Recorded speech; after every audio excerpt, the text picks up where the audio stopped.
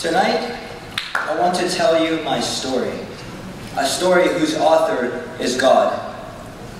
The story of the life of Rafael Eduardo Dajer Guerrero begins in a distant tropical paradise, the Dominican Republic.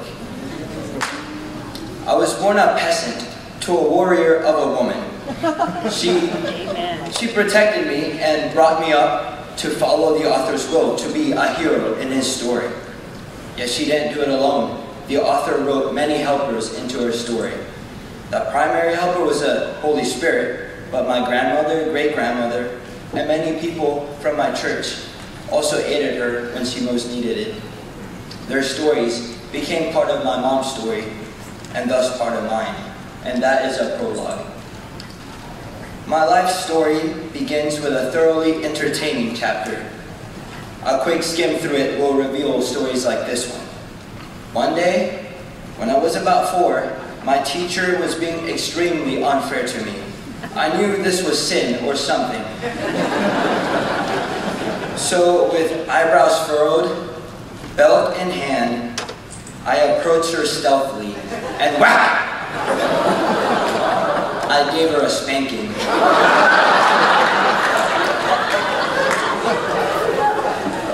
Startled, my teacher looked down at me.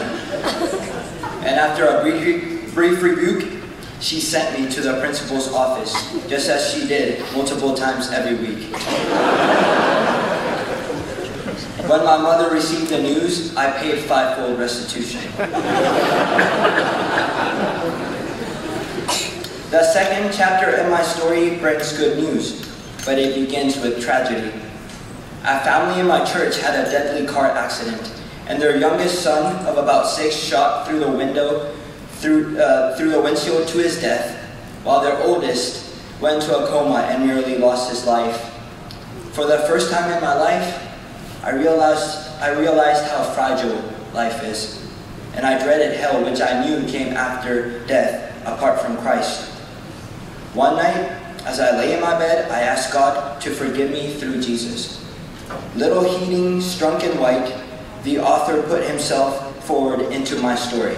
He said, "For God so loved the world that he gave his only begotten Son, that whosoever believeth in him should not perish, but have everlasting life." The course of my story took a twist. God allowed me, a mere character, to know him, the author. From that point on, my life story became not really about me, but about what God was doing in and through me. A lesson I'm still learning today. God continued to teach me in chapter 3. It begins with my mother and me holding hands, praying that the plane we were on wouldn't plunge into the ocean. My mom was to marry my stepdad in Florida, and we would leave to Sacramento. I had attended Christian school all my life, but now in Sacramento, I was at public school. There, I understood little of what my teachers taught, so I got F's on my tests and homework. Some classmates mocked my poor English. The kids at church enjoyed my company only because I was quick to repeat all the words I heard at public school, without knowing what they meant. These were hard times in my life, but the author brought me through them and used them to teach me English in less than 2 years. Chapter 4's beginning marks another turning point in my life story. It was my first day at Cornerstone. As I walked through the narrow stairs to Mrs. Andrews' room, the question, "Why do I have to wear a uniform?" was foremost in my mind. That's when Mrs. Andrews introduced me to Gavin. Gavin was tall like me. He loved basketball like me. And he was almost as good looking and strong as me.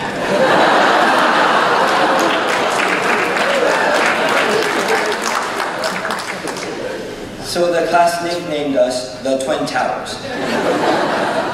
But we treated each other more like punching bags. We got in trouble constantly for roughhousing. I also met a kid with deep dimples, big eyes, and a warm smile named Jesse. I met Jacob. He loved my jokes and was easy to talk to. I also met Luke, Molly, Jessica, and many others.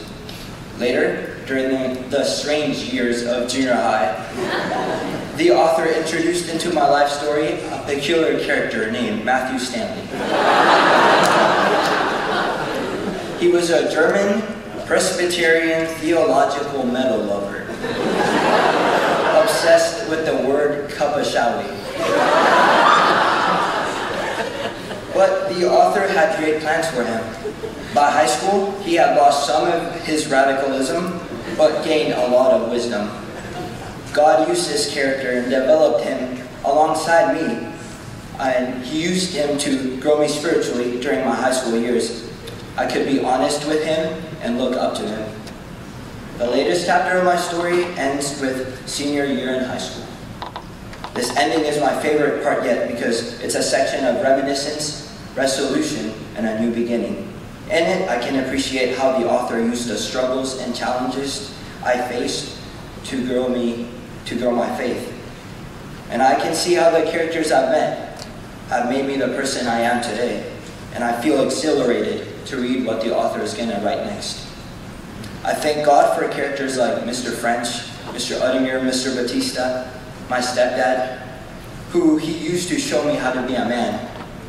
The lessons I learned from them are too numerous to mention now, but they each have qualities that make me say, when I grow up, I want to be like that.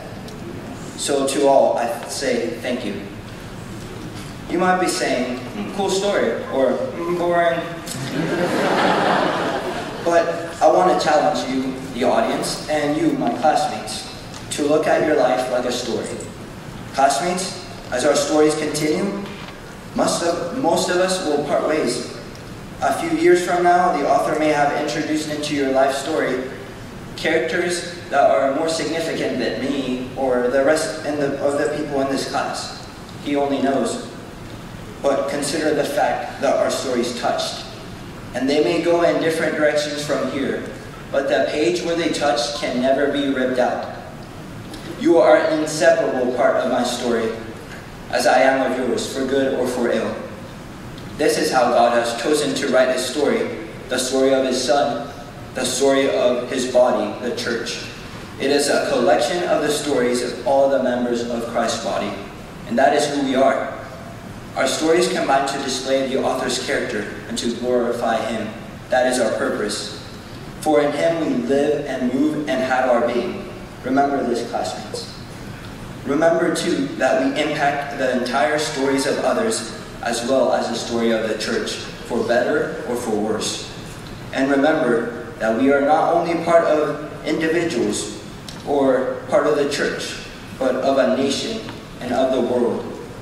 Classmates, our duty as we go out into the world is to be obedient to the author, to allow him to develop us in order to develop other characters for his glory.